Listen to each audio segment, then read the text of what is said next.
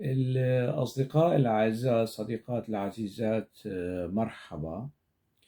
اللي عنده شغل أو عنده مشاريع تتعلق بالفضاء أو بعلوم الذرة أو باكتشاف العلاجات للأمراض المستعصية والأوبئة، فليتنحى جانبا، لأنه يعني الوقت اللي هو يعني يشتغل على مشاريعه أهم من مشاهدة هذا الفيديو.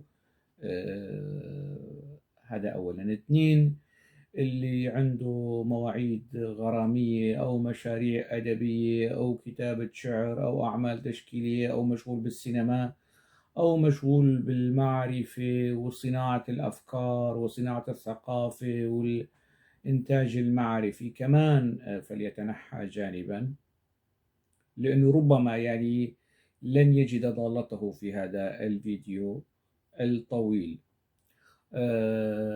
لكن يعني أنا مش يوتيوبر وما عندي هالخبرة الطويلة والمديدة في مسألة المنتجة، وبالتالي يعني الفيديوهات تظهر كما ترونها طويلة.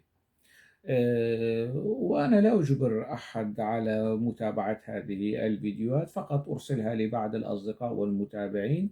ويعني هذه الفيديوهات تحظى بقدر من المشاهدة، يعني ما هو موجود على اليوتيوب، على قناتي على اليوتيوب. ف يعني هذا كلامي كاستهلال وبداية. أما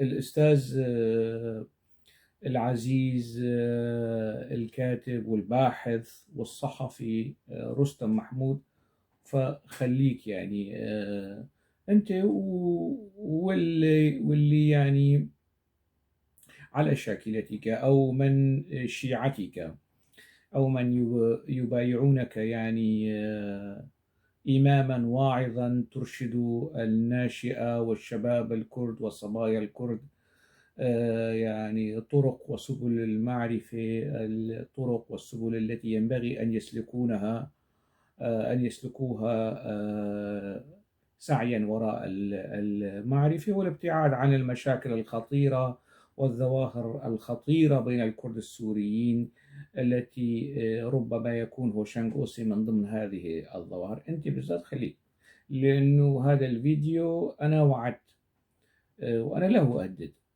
أنا أنفذ، يعني أنا أفي بوعدي. وعدتك بأن يكون لي موعد معك.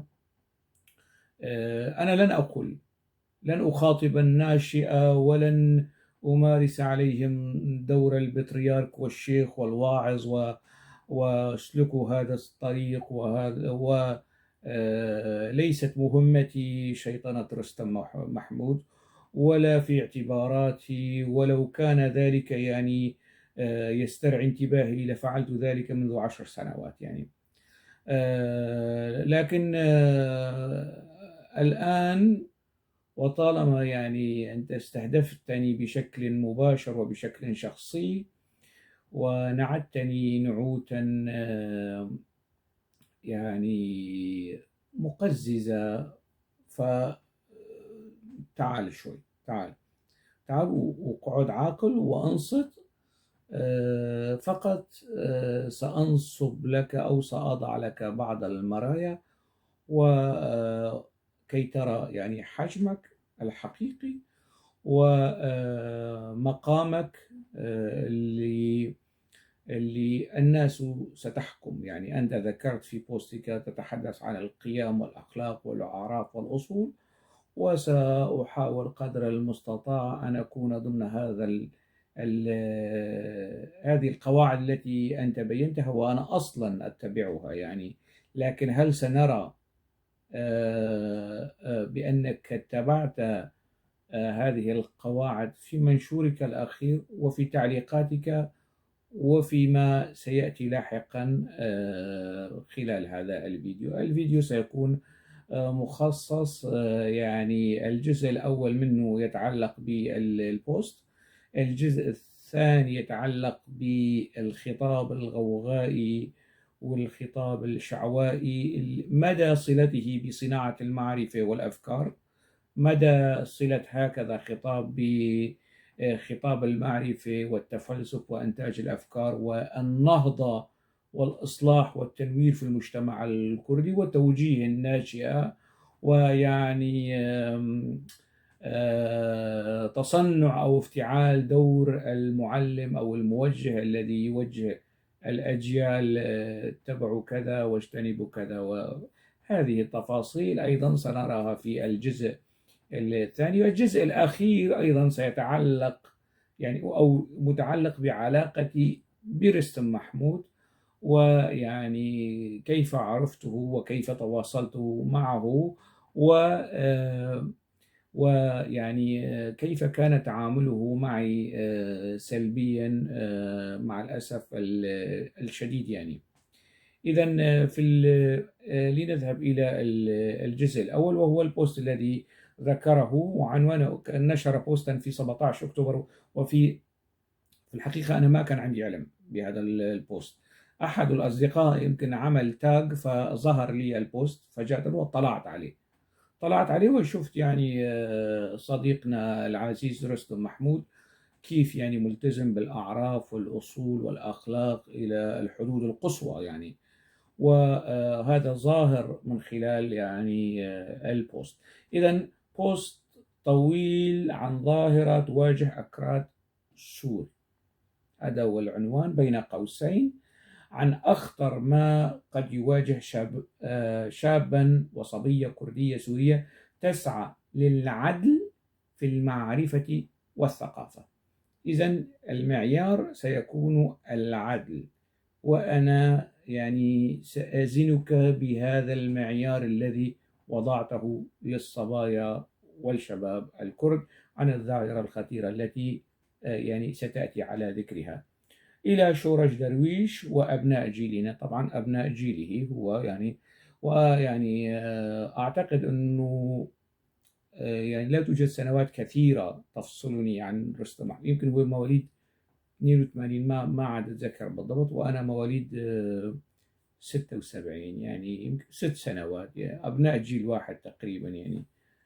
عموما إلى شورش درويش وأبناء، يعني هو يخاطبني فيه، وهذه الرسالة موجهة إلى شورش درويش كمان. يعني لماذا؟ سأقول لكم فيما بعد لماذا وجه وأقحم شورش درويش في هذا الموضوع. إذن في تاريخ أكراد سوريا ثمة شيخ يرفع وتيرة الخطابية والصراخ في العمل السياسي التي دخلها. طبعا أنا ما راح أركز على المواضيع اللغوية التي دخلها مؤخرا. اجتمعت بهذا الشيخ مصادفة في مؤتمر عقد العام 2004 في مجمع أبي النور في دمشق. أتذكر أني أخبرته مما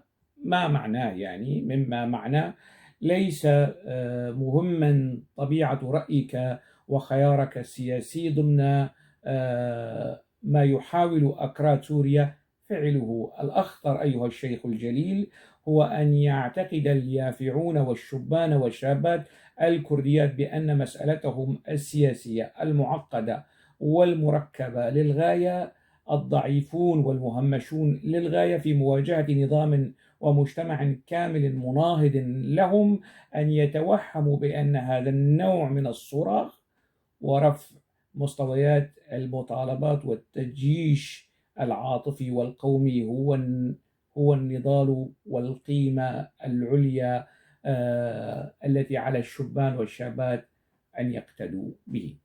إذن الخطاب والنبرة العالية والتجيش والقصص هو حذر هذا الشيخ في 2004. لنرى ماذا قال رستم محمود في 2014 بعد مضي 10 سنوات، وفي 2016 وفي 2018 في الجزء الثاني من هذا الفيديو. عموما هذا هو القسم الأول من البوست. القسم الثاني: اليوم ثمة صحفي وكاتب وروائي وشاعر صحفي وكاتب وروائي وشاعر ينشر بشكل شبه يومي مقاطع فيديو مصورة مطولة للغاية، كلها سرديات وحكايات وصراعات شخصية وذاتية مع من يعتبرهم أنداده وخصومه في نفس الحقول التي ينشط فيها، يتناول حياتهم الخاصة وقصصه معهم وتفاصيل ما يتذكر وما يسمع وما يعتقد ويرى حول هؤلاء الأشخاص. هذا تقييم شامل لمحتوى هذه الفيديوهات، وكأن الناس لا ترى، يعني لنفترض أنه شانغوسي المعني بهذا الكلام، لا ترى مستوى المحتوى الذي يستند على الوثائق من أرشيف حزب العمال الكردستاني، من تاريخه، من أدبيات الحزب، من صحيفة الحزب المركزية، ومن معلومات موثقة في هذا الخصوص يعني. وتفاصيل ما يتذكر ويسمع ويعتقد ويرى حول هؤلاء الأشخاص. يدخل في مواجهة ذاتية الهوى والهوية والمعنى مع هؤلاء الناس. ذاتية الهوى والهوية والمعنى مع هؤلاء خالية من أي قيمة أو معنى للعمل والنشاط في الحقلين الثقافي والمعرفي. طبعا هذا حكم القيمة هذا هو يعني على ما يبدو يعني متابع لهذه الفيديوهات، واستخلص السيد رستم الباحث الممحص المنصف اللي بيحكي عن العدل في الثقافة، يطلق هكذا حكم على ما يراه أنه خالي من أي قيمة أو معنى للعمل والنشاط في الحقلين الثقافي والمعرفي. هذا أمر خطير جدا على الشابات والشبان الأكراد في سوريا. خطير أن يفهموا هذه الأشكال من التصعيد والمواجهات والحكايات والصراعات الشخصية على يعني بما أنه هي وجه المعرفة وجوهر الثقافة. يعني هو ينفي عنها أنه ما لها علاقة بالمعرفة ولا هي علاقة بجوهر الثقافة. ومخيف أيضا، مخيف لأنه يحول مضامين العمل المعرفي والثقافي إلى مجرد تقفي ومتابعة لتفاصيل حيوات الناس. طبعا أنا هلا شوي راح أتقفى جزء من حيوات الأستاذ رستم محمود لكي ينطبق هذا الحكم على هذا الفيديو وخياراتهم ومواقفهم. أما المضمون ما يحمله هذا الشخص، طبعا بدي شوية مراجعة. أما المضمون ما يحمله هذا الشخص عادي، يعني بوست يحتمل بعض الحفوات لا مش مقال، مش يعني دراسة أو بحث كذا ولا نص أدبي، بوست عادي يعني مش مشكلة أبدا. أما المضمون ما يحمله هذا الشخص من معارف وثقافة وعلوم فهي مسألة وجهة نظر ومحل احترام. وجهة نظر ومحل احترام. يا سيدي فضلت على راسنا، أهلا وسهلا. طبعا عندما شفت البوست يعني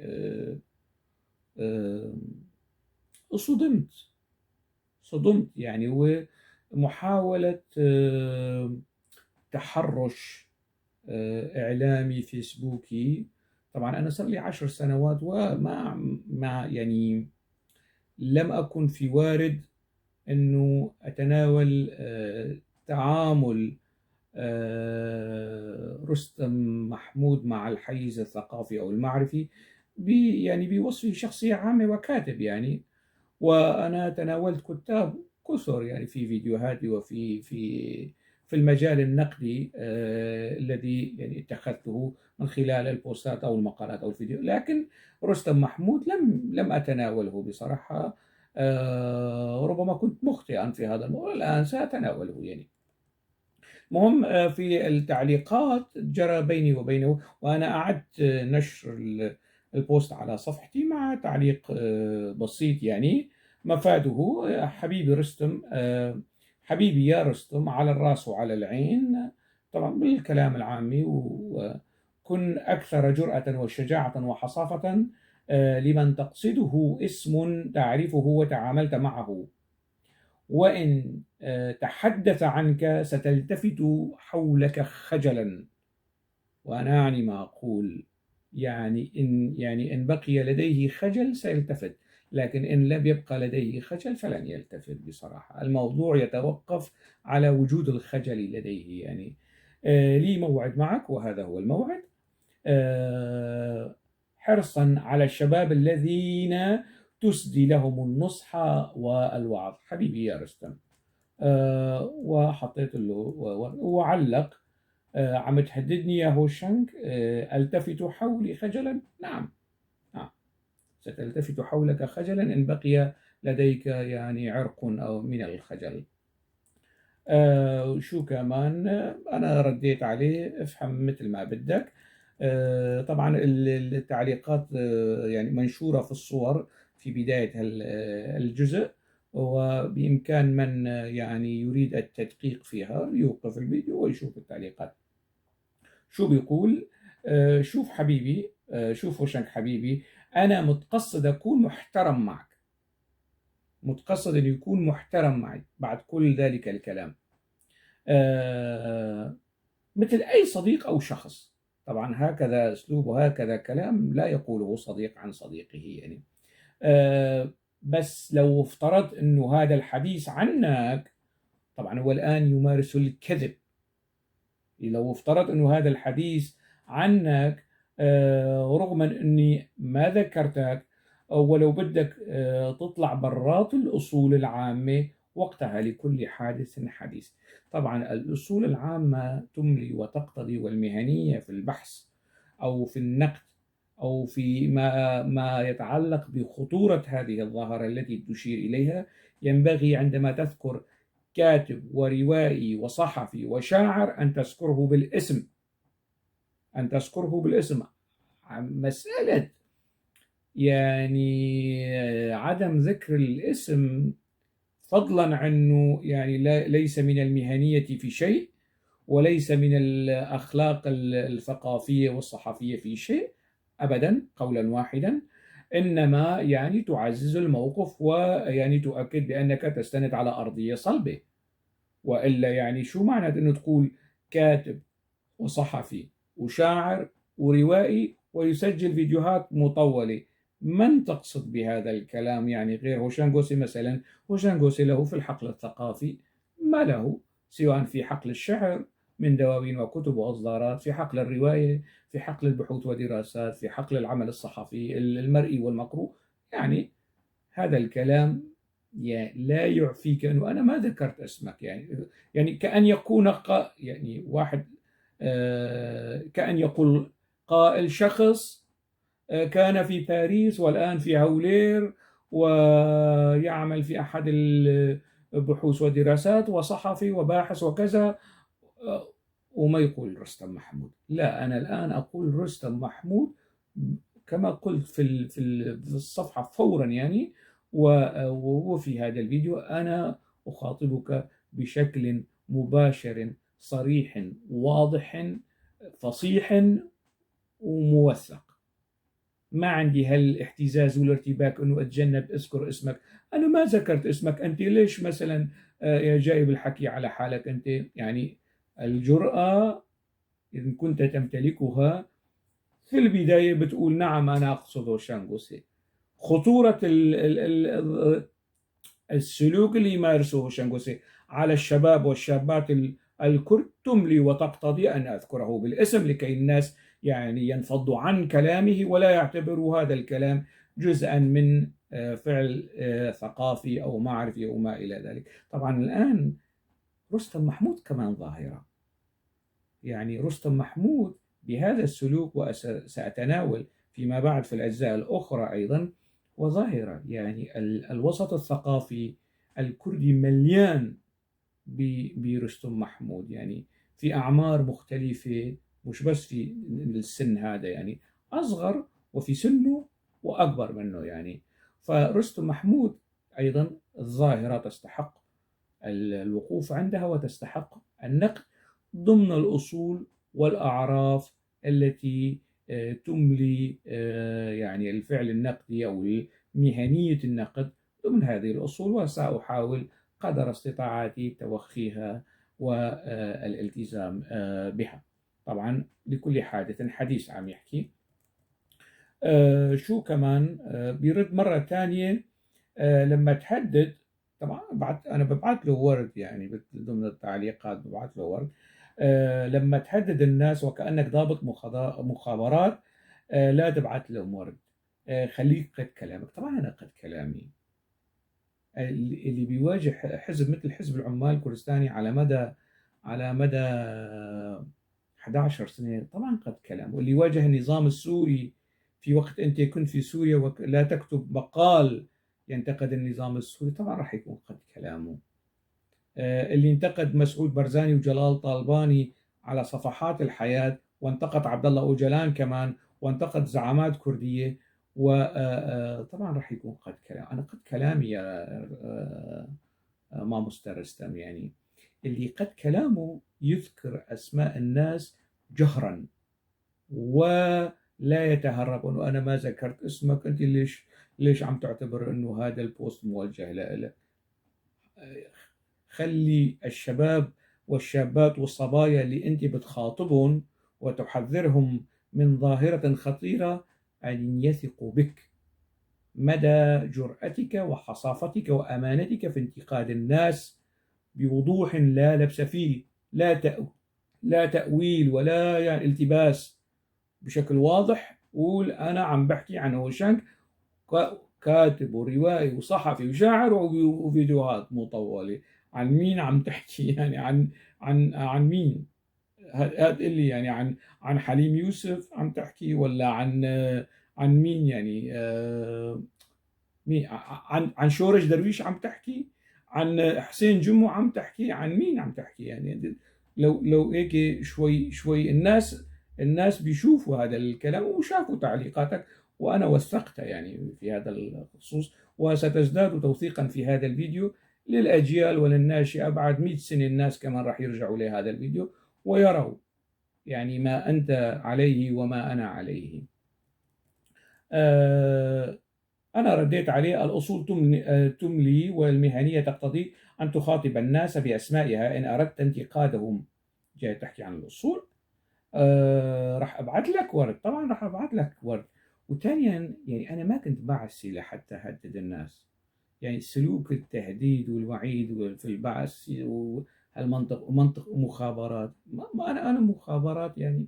يعني بالله عليك لو لم تندلع هذه الثورة أو الكارثة أو سميها ما شئت، يعني أما بقيت على بعثيتك يعني أمثالك لازم يشكروا ما جرى في سوريا لكي يعني يكشفوا بعثيتهم ويتبرؤوا منها. أنا أيضا أنا لم أخفي أبوتشيتي، لكن تبرأت منها وانتقدتها جهارا نهارا وكذا.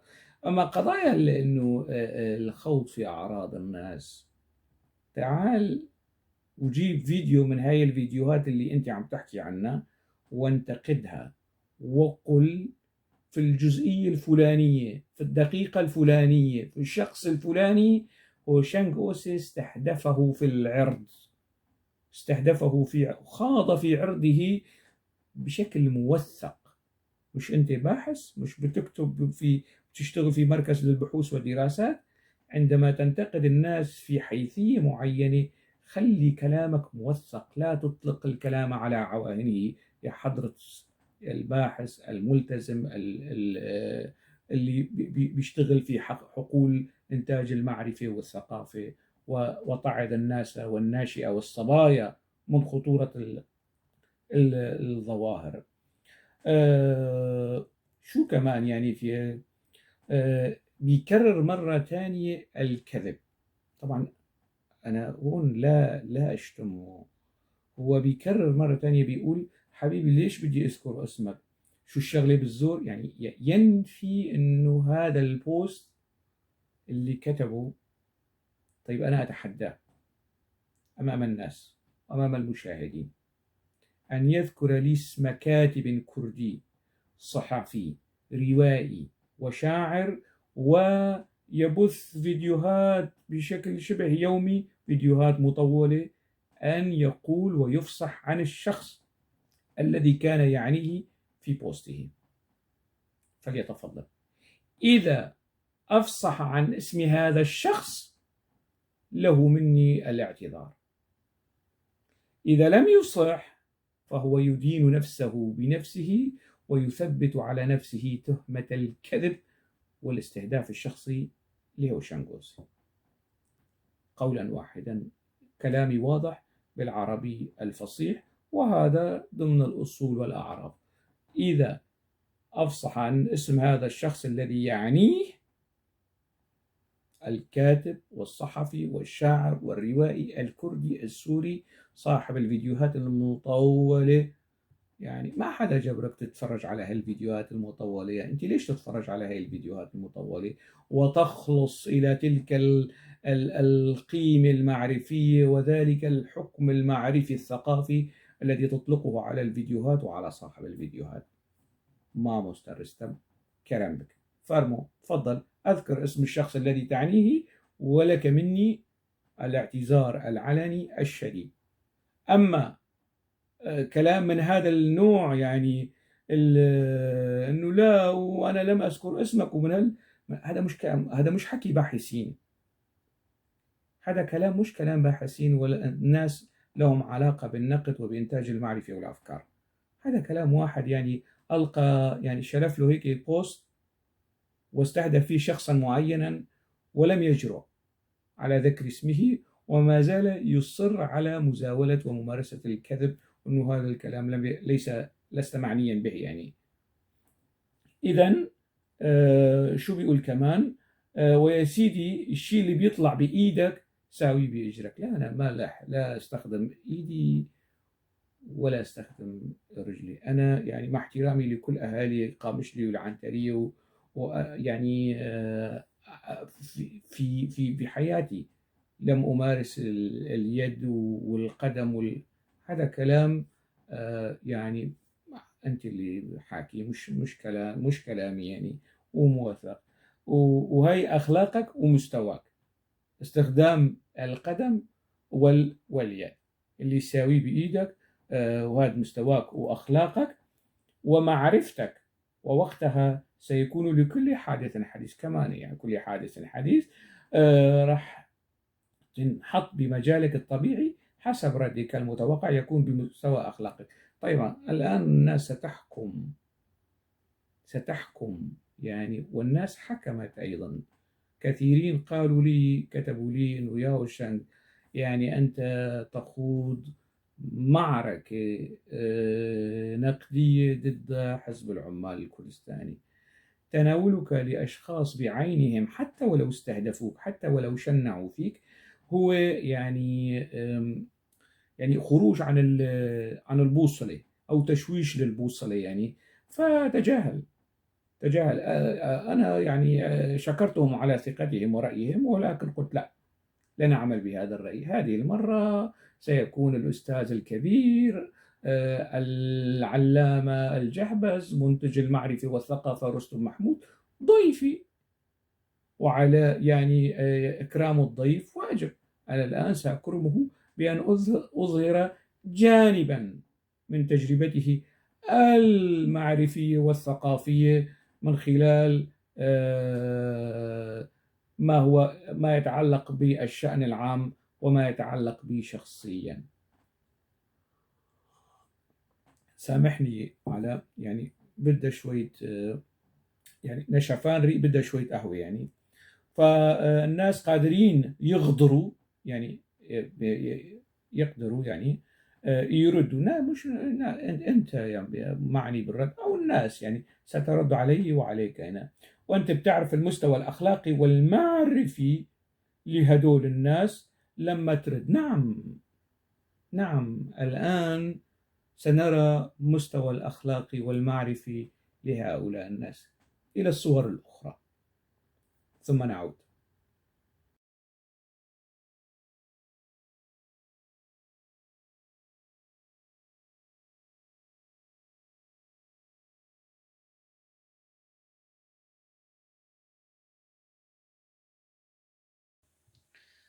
نعم، ما أستاذ أستاذ رستم.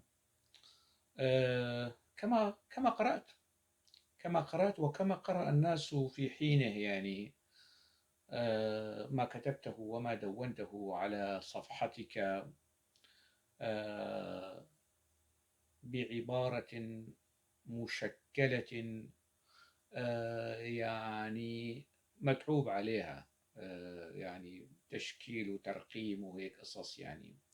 وليس أجمل من أمي إلا مقاتل أو مقاتلا من الجيش الحر. هذا كلام الأستاذ الفاضل الباحث المشتغل في حقل المعرفة والصناعات المعرفية والثقافية رستم محمود. إمتى؟ في 2014. وين؟ في باريس، عندما كان مقيما في باريس وغادرها لأسباب تخصه يعني.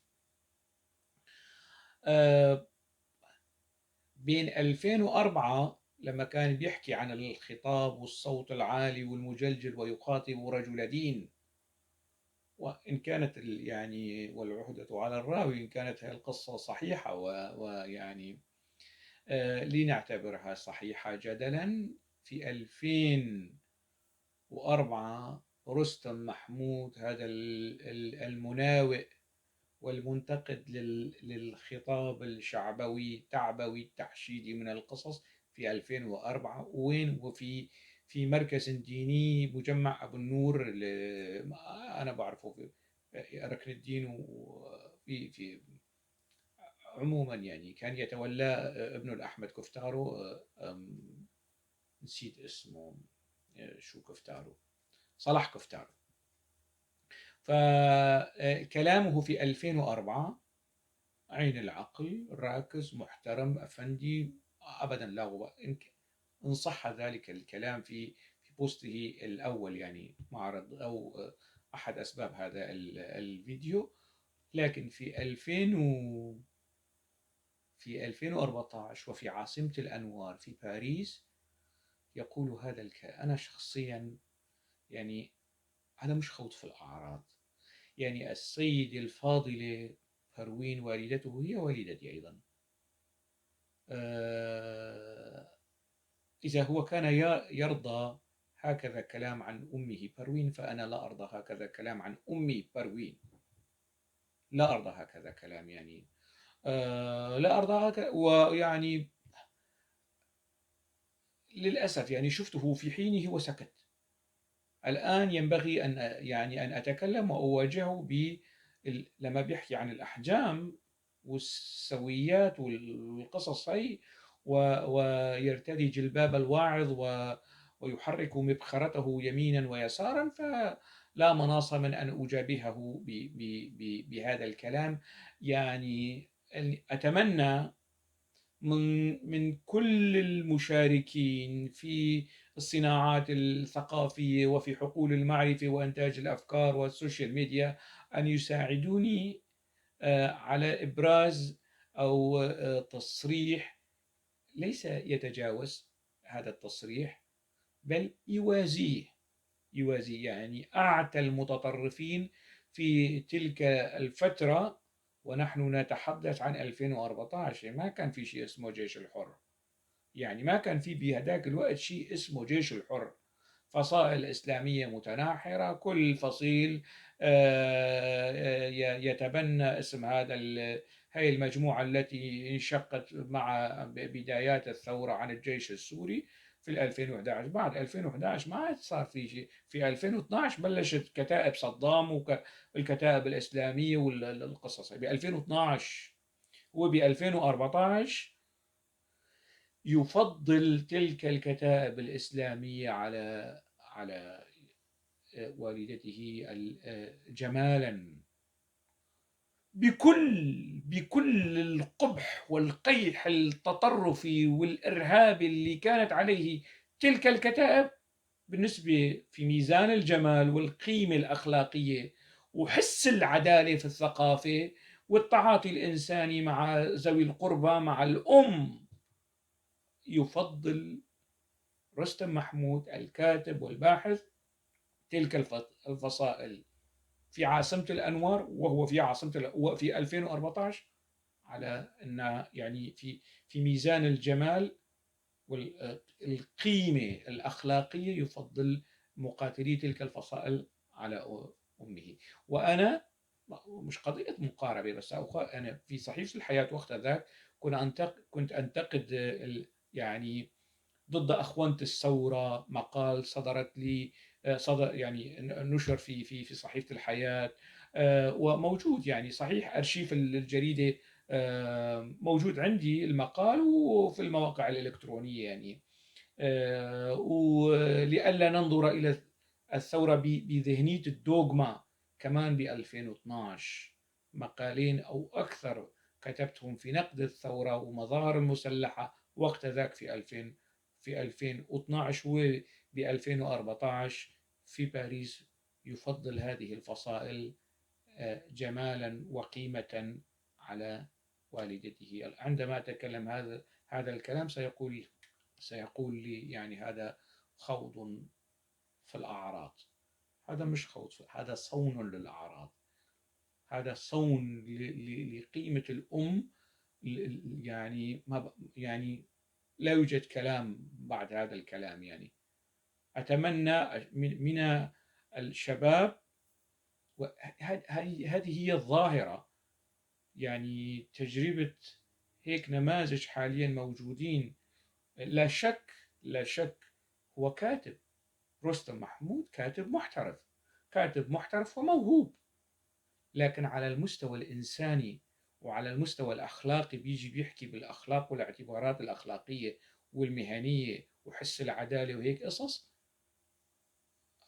هذا كلامه مش كلامي. يعني الميزان هو الذي وضعه، وسلوكه وأداؤه وتعامله والخطاب المتزن العقلاني المعرفي الكذا الغير تحشيدي هو وضع المكاييل. والآن فقط أنا أضعه في ميزانه والمكاييل التي وضعها ومنتوجه وأزنه، والحكم للمشاهدين.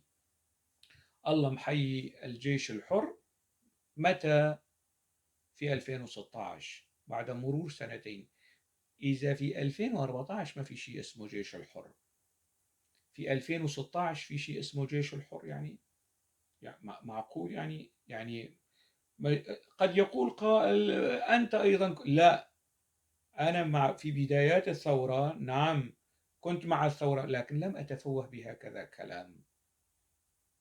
وجه أمي أنصع وجه في الوجود، وأجمل وجه في الوجود. لا كل ثورات التاريخ وحتى نهاية التاريخ لا يرقى إلى جزء من جمال وجه أمي التي ولدتني. وأمي بروين أيضا هي أمي، وكل أمهات الكرد أمي. ولا أقبل أبدا أن يتم مقاربة وجوه أمهاتنا الكرد والعرب بمقاتلين في فصائل إسلامية متطرفة إرهابية جهادية شنعت في السوريين وفي الأكراد في السوريين عربا وكردا. هذا قولا واحدا وكلامي واضح وبالعربي الفصيح لمن يود أن يفهم ويرى وينتبه. يعني لا أستطيع أن أكون أكثر وضوحا مع من لا يجيد الانتباه. إلى الصورة الأخرى قبل أن ننسى هذه الصور، إلى الصور الأخرى من أحد عتاد صناع المعرفة والثقافة ومنتجي الفكر في الوسط الثقافي الكردي وأبناء جيله. إلى الصور الأخرى ثم نعود.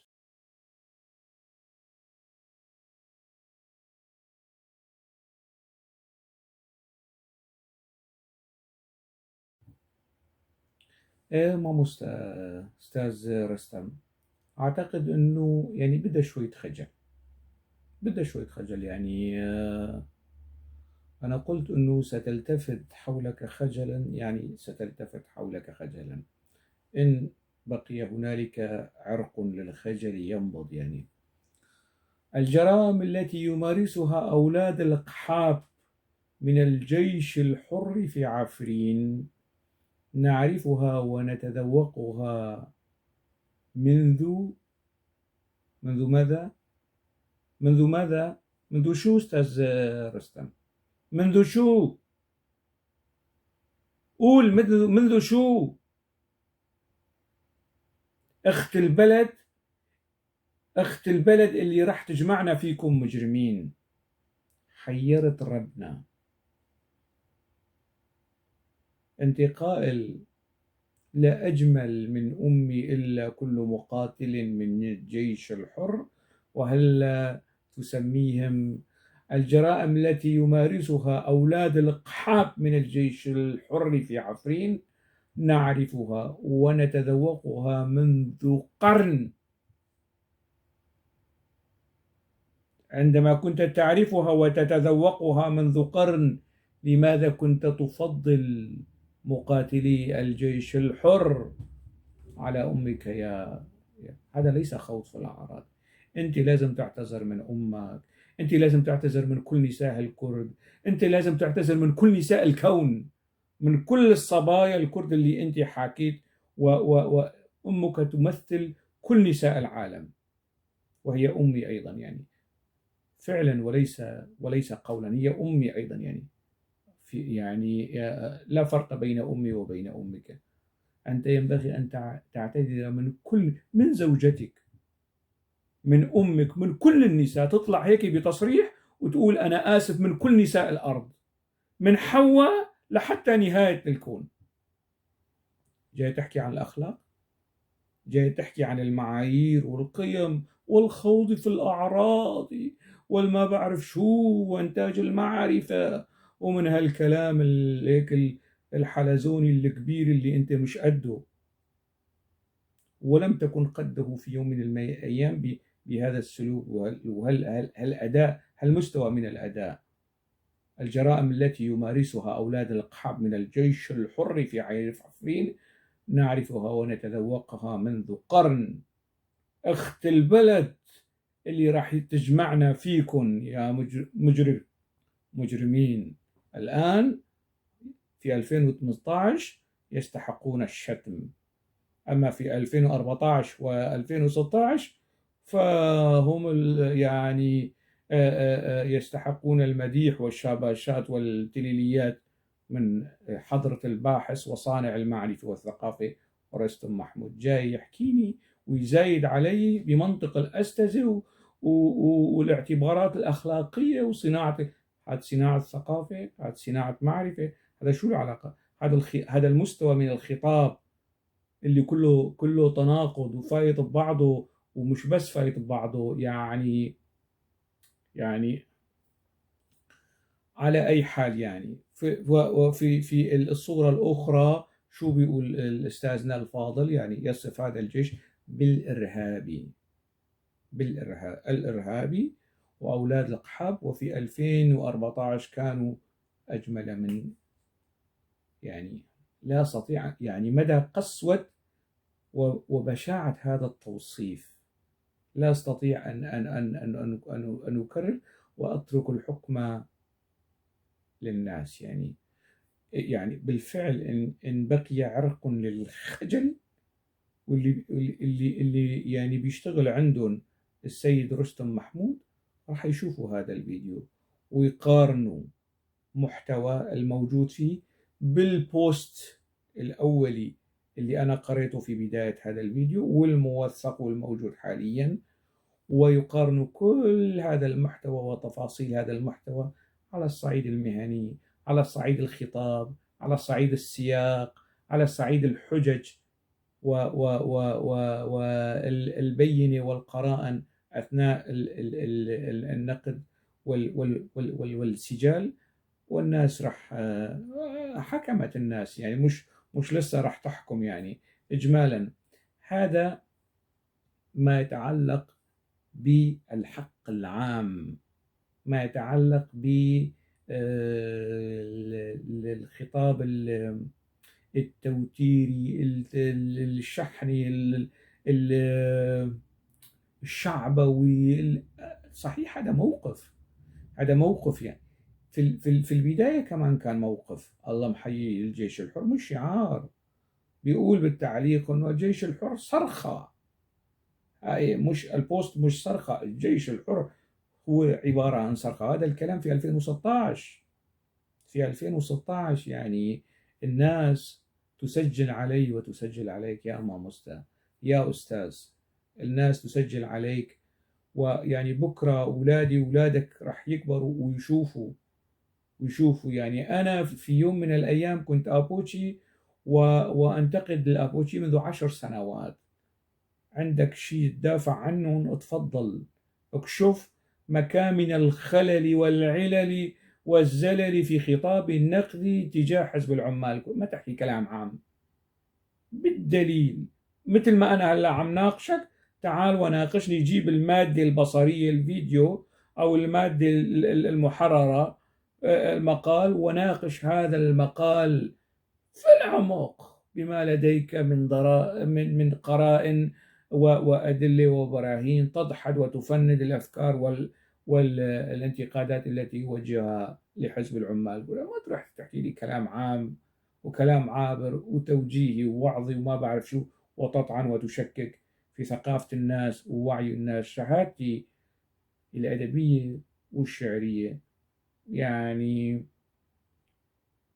إن بقي في هذا الكون شخص واحد فقط وأنت، أنا ما راح أخذ الشهادة المهنية، لا على المستوى الصحافي، لا على المستوى البحثي، لا على المستوى الأدبي، ولا على المستوى الثقافي، من شخص يفضل عناصر الجيش الحر على أمه جمالا، قولا واحدا.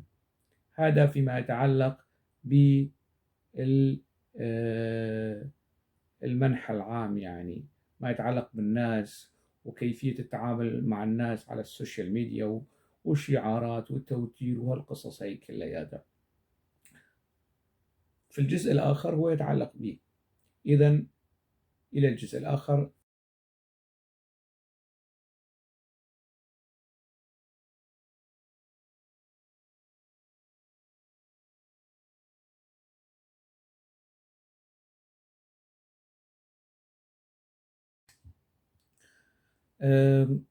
بعتقد بيتذكر أستاذ رستم الصورتين،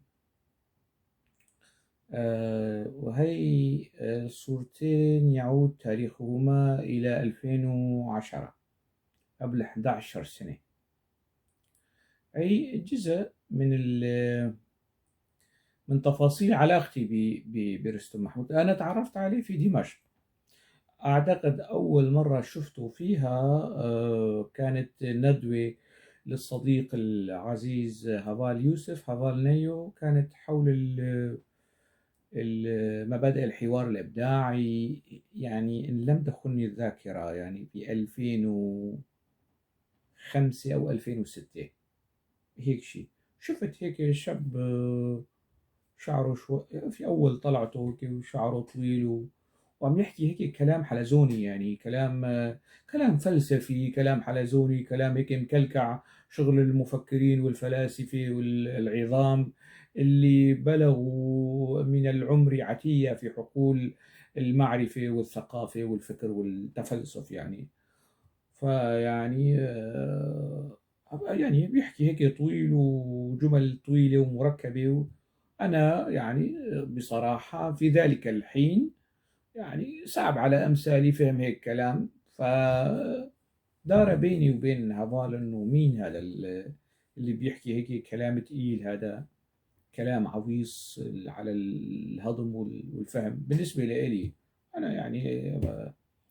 فحكى لي، قال لي يعني مين صاحب الشخص، يعني قال لي رستم محمود بيدرس إعلام تعليم مفتوح وهيك شيء، بعتقد يعني بجامعة دمشق،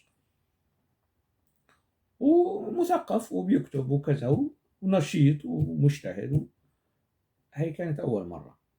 فيما بعد شفت يعني ينشر ويكتب في صحيفة الحياة. وقتها أنا كمان كنت عم بكتب في الحياة وفي المستقبل، وكنا يعني زملاء يعني. هو يكتب في الحيز اللي هو بيشوفه، وأنا بكتب يعني في المستويات والمواضيع اللي بشوفها مناسبة لإلي. إذا في ذلك الحين كنا نكتب في نفس المنابر يعني. الحياة، المستقبل، السفير، على أي حال. فتلك كانت يعني المرة الأولى التي ألتقي فيها بكاك رستم، يعني أستاذ رستم.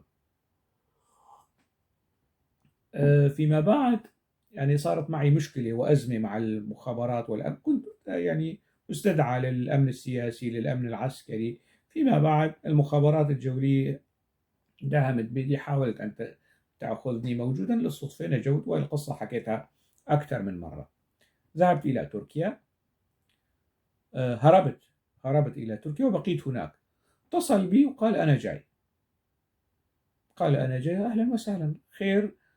طلب طلب مساعدتي يعني. في وقتها أنا كنت لاجئ، ويعني حياتي مهددة، والأتراك يرفضون يعني منح الإقامة المؤقتة وكذا. فطلب مني إنه نشوف له شقة للإيجار أو هيك شيء، ومعدات تصوير. معدات تصوير بده يعمل أفلام وثائقية لصالح مين؟ لصالح قناة كردستان.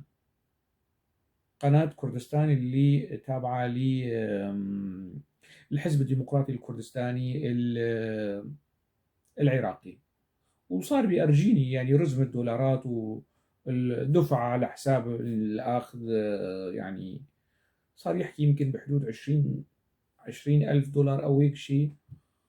ويحكي عن موضوع الأفلام الوثائقية والشخصيات اللي يعني بده يعمل مقابلات معها ويعمل أفلام وثائقية في هذا الخصوص. وساعدته. هو يعني تركيا بالنسبة له ما يعني ما مش هل يعني لو كان له أصدقاء أو من يستند عليهم لما لجأ لي يعني. وساعدته قدر استطاعتي، أمنا له معدات وبيت وكذا وهيك تفاصيل ومكان يعني مثل الاستوديو، هيك قصص. فصار هيك يحكي بي. أنا قلت له هيك كصديق إنه اعتني بهذا المنتوج، يعني الأفلام الوثائقية ستبقى يعني جزء من أرشيفك. قال لي يا زلمة حط بالخرج، ومين بيتابع مين بيشاهد. أنا خلاص مادة بصرية رح أعملها وابعث لهم إياها وآخذ بصرياتي وانتهى الموضوع يعني. تم شاهد حاله وتحصيل حاصل. يعني مين لجنة التحكيم اللي بدها تقيم هاي الأعمال؟ كردستان تي في، شو هاي البي بي سي ولا العربية ولا من هالكلام. فقلت أنت حر، أنا اللي علي عملته. وساعته. قبلها قبلها بفترة كان رايح على بيت عمتي. رايح يمكن يعني بتوصية من عمر أوسي أو ما بعرف يعني. راح هنيك تم بحدود 10 أيام، أسبوعين بهيك. أنا كنت لاجئ وهربان وطلعان من سجن أدرنا. ما يعني لم أبقى في بيت عمتي أكثر من أسبوع. هو يعني تم هنيك يمكن بحدود أسبوعين، من 10 أيام لأسبوعين في بيت عمتي يعني. وفيما بعد يعني أتى زارني في اسطنبول، وأمنت له ما المستلزمات اللازمة يعني كصديق وهيك قصص. فهذا كان اللقاء الثاني. بعد ما راح أنهى الشغل تبعه، راح راسلني قال لي هوشانج في مركز مسبار للدراسات مقره الإمارات. انه هو يعني رستم مكلف باعداد كتاب عن تركيا، ويطلب مني دراسة عن العلويين. وقلت له اهلا وسهلا، تكرم عينك، احلى دراسة عن بالمصادر وبالشهادات ويعني هيك تفاصيل. وقال لي تجري حوار مع شخصية مهمة في الوسط الثقافي أو السياسي العلوي. فأنا دورت شفت نائب رئيس الفيدرالية العلويين البغداشيين في تركيا، علي كنعان أوغلو، اللي شفتوا صورتي وأنا أجري معه حوار صحفي. وأنهيت الدراسة وأنهيت الحوار وتعبت. وقال لي إنه قيمة المادتين $500. طبعا $500 لواحد مثلي في تلك الظروف في ذلك الوقت ثروة. أنا ما بعرف يعني معايير النشر في البحوث والدراسات وهيك، يعني المشاركة بهيك كتب. يعني أنا ما عندي اطلاع بمدى يعني المخصص لهيك كتب. على فكرة هذا كمان من إصدارات مركز مسبار للدراسات الاستراتيجية، تركيا الإرهاب والأقليات النوعية. راح أجي أحكي عن هذا الكتاب. المهم أنا قدمت الدراستين، ورستم قال $500. خلاص $500. أنهيت الدراستين ومع بعض المراجعة والتدقيق والكذا والتفاصيل هي، وصرت أستفسر يعني شو صار بهذا الموضوع. و يعني تفاجأت. يعني عم بحكي إنه المادتين تنزلان يعني في الكتاب باسمي. رستم قال لا، قال من معايير النشر في الكتاب انه ما بيصير انه مادتين باسم واحد، رح ننشر الحوار باسم هيئة التحرير. رح ننشر الحوار، وطبعا في ايميل موثق عندي، اتمنى انه يطلع وينفي هذا الكلام. كل المراسلات موثقة يعني بيني وبينه وبين مركز مسبار بهذا الخصوص. فقال لا، رح ننشر باسم هيئة التحرير، ولا يجوز من غير الجائز في كتاب انه ننشر مادتين بهذا الخصوص. قلت له يا رستم، يعني انا في صحيفة الحياة وهي صحيفة دولية، أكثر من مرة صادفت أنه مادة لي في صفحة الأفكار، ومادة في ملحق سينما، ومادة في يعني تيارات، ومادة في يعني في الثقافة. فيعني عادي في نفس العدد نزل لي مادتين. فقال لا، ما بيصير. قال خلص، يعني أنت ما يعني $500 $500 ليش تسأل كثير حول هذا الموضوع؟ أنا يعني وكأنه يعني مثل ما بيقولوا بالعامي لعب الفار بيعبي. طلبت من المركز الفهرس تبع الكتاب، وشفت إنه الحوار مع علي كنعان أوغلو رستم محمود، ومادة أخرى كمان رستم محمود، اثنين مادتين بنفس الاسم. معناته هذا المبدأ مش صحيح، هذا الكلام مش صحيح. رستم قايل للمركز، مركز مسبار، انه هو الذي اجرى الحوار الصحفي، وكان حوار مطول وفي الكثير من الافكار والاراء ما يتعلق بالوضع العلوي في الوضع العلوي بشكل عام في تركيا يعني، وقضايا ديمقراطية وهيك قصص. رستم محمود المهني اللي جاي يحكي لي بالاعتبارات الأخلاقية وبالرد في 2010، يعني نسب. يعني أنا كنت لاجئ، ووضعي الصحي زفت، ووضعي الاقتصادي زفت، لكن رفضت أنه ينشر هذا الحوار باسم رستم محمود، وجرى ما جرى من مراسلات. ومش بس هيك، كمان يعني في هاي الوثيقة انه انا تعهدت لرستم محمود انه بإيصال المكافآت لعائلتي في دمشق. وقتها كانت أسرتي، أمي وأخواتي في دمشق، ووقعت على هذا التعهد. طبعا هذا التوقيع مش توقيعي، ولا هذا التعهد تعهدي، ولا أهلي استلموا مكافأة الدراسة لوحدها كانت $500 إن لم تكن أكثر. يعني الدراسة لوحدها، والدراسة والحوار على أساس يعني آمنا بالله $500. فلم يصل شيء من هذا القبيل إلى أهلي، وصرت بين أخذ ورد. شو صار معك، وصلت ولا ما وصلت، صار عندك ما صار عندك في هذا الشهر، نهاية هذا الشهر، قبل العيد، بعد العيد. ومن كل هالتفاصيل. هلا هي التفاصيل والمراسلات كلها موثقة، كلها، بما في يعني التوقيع اللي هو مش توقيعي والتعهد اللي مش تعهدي. ومش مشكلة، فلنفترض جدلا انه هل الموضوع هذا صار انه مشان يعني يعطي اهلي قيمة او التعب اللي انا اشتغلته في الدراسة عن العلويين في تركيا، وهو لم يفعل. لم يفعل، والكتاب كله أبطل يعني.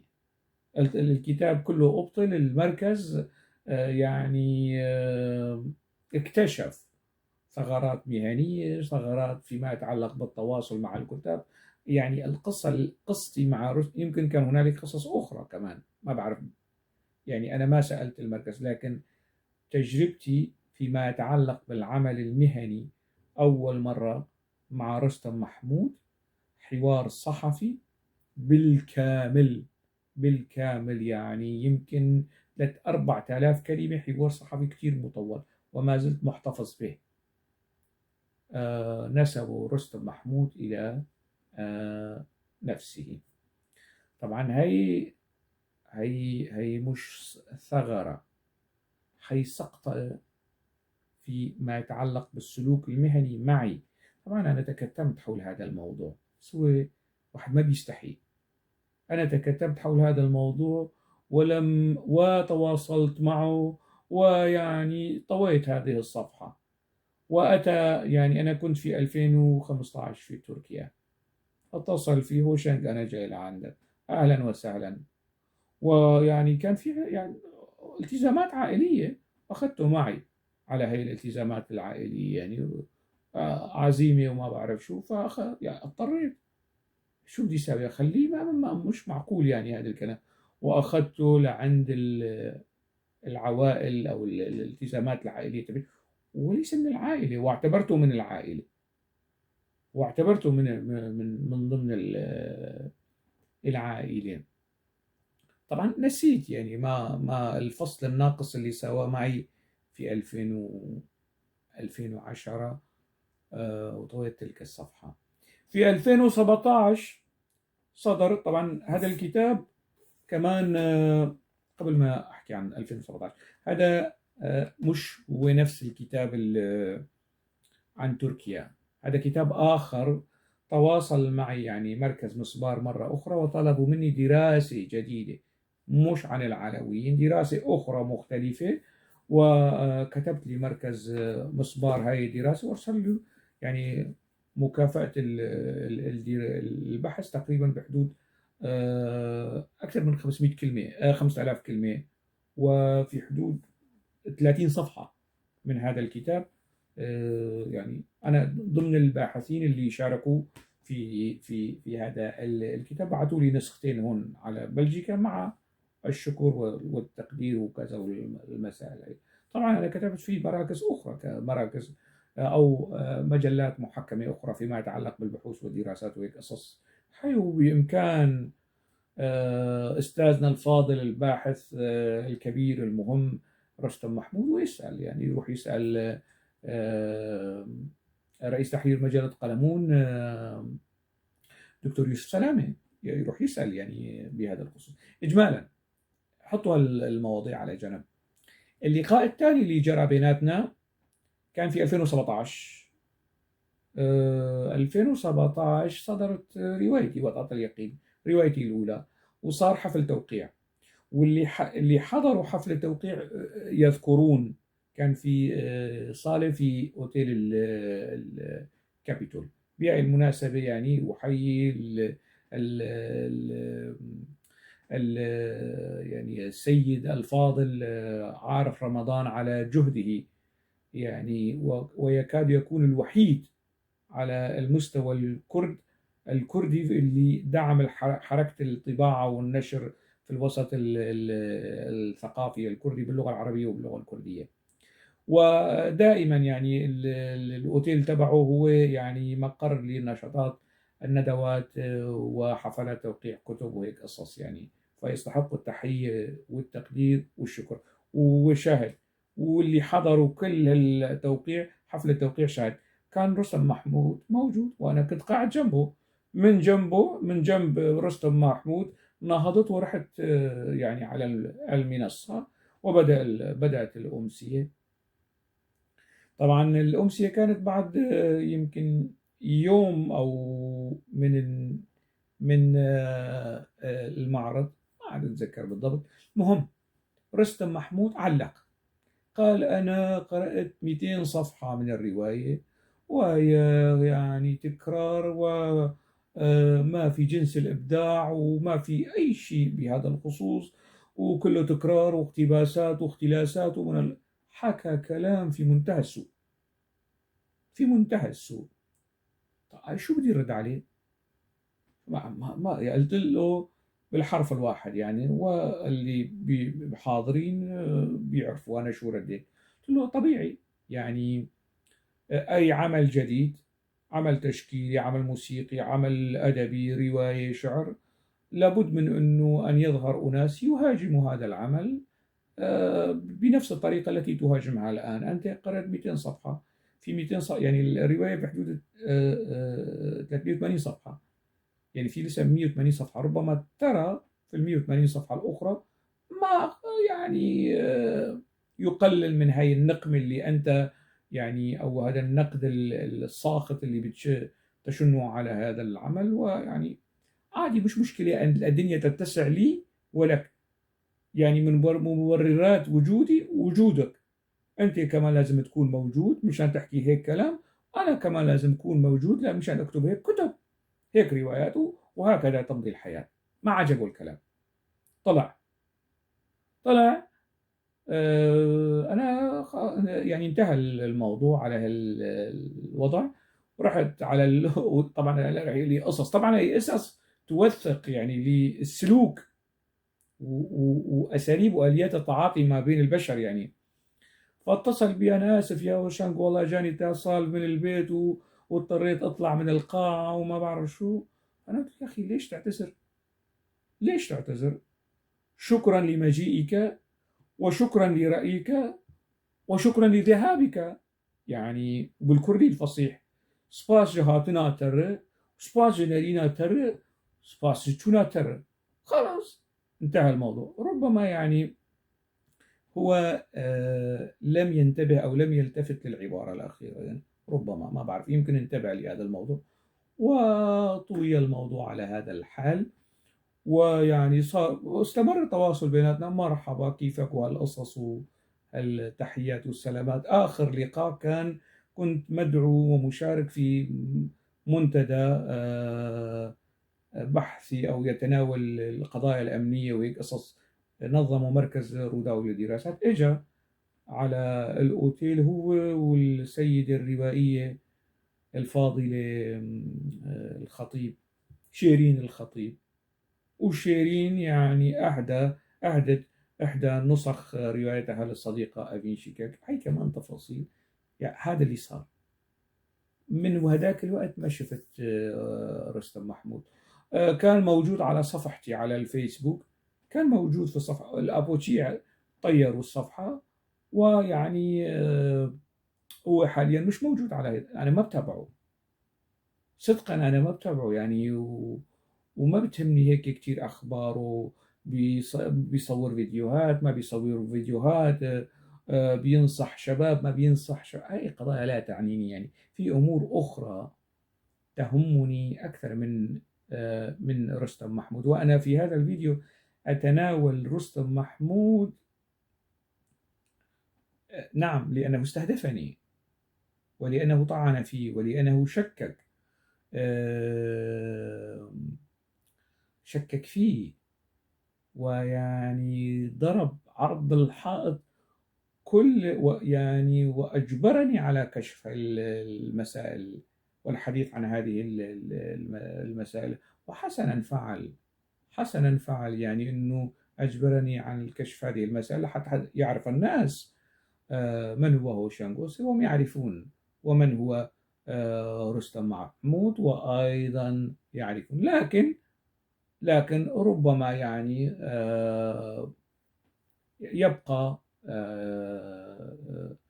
يعني هنالك من ينخدع بهذا الكلام المعسول عن حس العدالة في الثقافة والمعرفة والكلام الكبير الذي يطلقه، والأحكام القيمة اللي بيطلقها على الناس هيك جزافا الماموستا الباحث الكبير، وبيجي بيحكي عن الثقافة، وفيها وجهة نظر، حتى القضايا الثقافية في يعني المستوى الثقافي أو العمق أو المنسوب الثقافي جاي